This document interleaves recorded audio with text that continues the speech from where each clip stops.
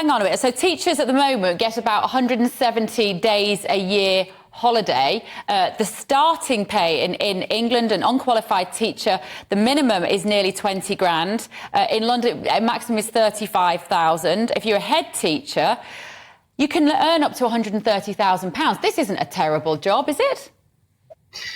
I guess if it was that attractive, Bev, we'd be swamped by people wanting to be in the profession. And the reality on the ground is that we're losing more teachers each year than we can replace. The recruitment numbers are low. They've been declining for the last 10 years. They continue to decline. And we're now seeing, we have in England, for example, one of the youngest workforces in schools across the OECD. And that reflects the fact that people just can't stay in this job as a long-term career.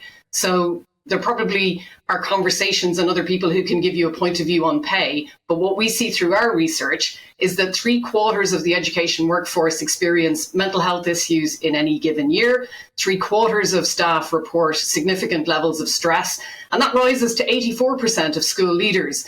We measure the well-being of the workforce compared to the general population, and the education workforce is in considerably less good health.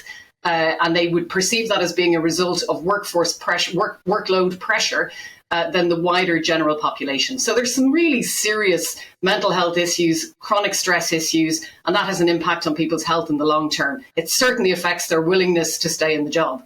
Well, the thing is, Sinead, teachers have been around for a very, very long time. And why did teachers not previously have these sorts of mental health issues? The teaching job in itself hasn't changed that much, has it? That's a great question, Bev. I think that's exactly actually the nub of the issue. The teaching job has changed really dramatically. And I think when you talk to teachers and you understand what's taking them out to the front line, it is precisely that. Here we are, we're in an austerity COVID sandwich. We had a decade of austerity. We then had a once in a generation pandemic to contend with. And we're back into austerity again.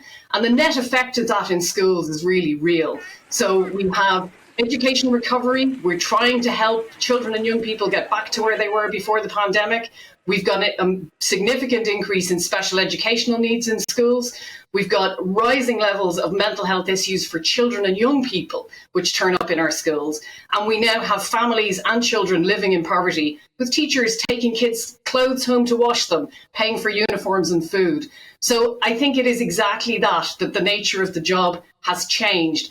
Over the last 10 years, we've seen really a decimation of children's care services, and schools hoover up that broken, wider public service position. So you've got teachers taking home concerns about safeguarding, dealing with families who've got very serious domestic situations. And as I say, routinely, actually, dealing with children who are really not well, but have no access to support because children's mental health services are unable to take referrals.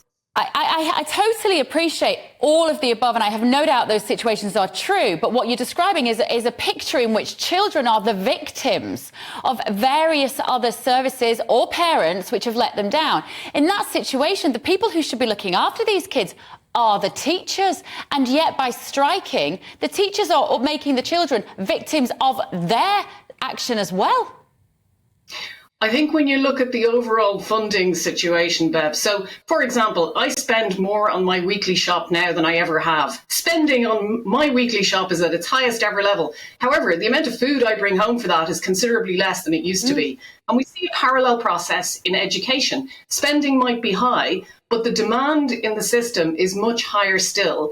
We are burning through teachers who've come into the profession with a real sense of vocation because actually they get there. There are insufficient resources. There are more issues facing children and young people than are being funded to be dealt with. And the experience is deeply dissatisfying and demoralizing. If you're someone who's gone into this job, as the vast majority do, with a real commitment to improving outcomes for children and young people, but the resources just aren't there to let you do that,